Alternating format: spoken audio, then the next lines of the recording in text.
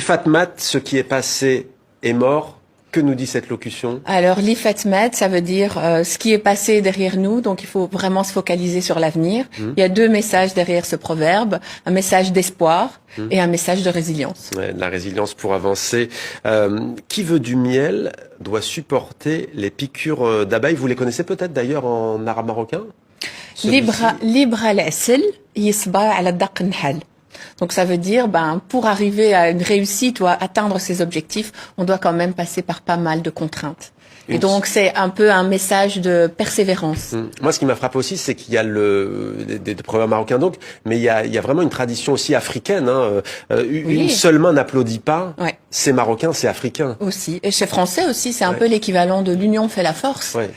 On réussit. On peut réussir. Là, si je peux me permettre, c'est comme plus subtil. C'est plus subtil parce que la Darija, elle a un petit peu de poésie et un petit peu il y a des mots qui expriment beaucoup plus de choses. Mais c'est vrai que on peut arriver à des choses seules, mais la réussite est d'autant plus belle quand on collabore avec les autres. Et la gastronomie s'invite parfois dans les proverbes. Il n'y a rien dans le tagine. Le tagine, c'est le nom du plat qui a donné son nom au mets.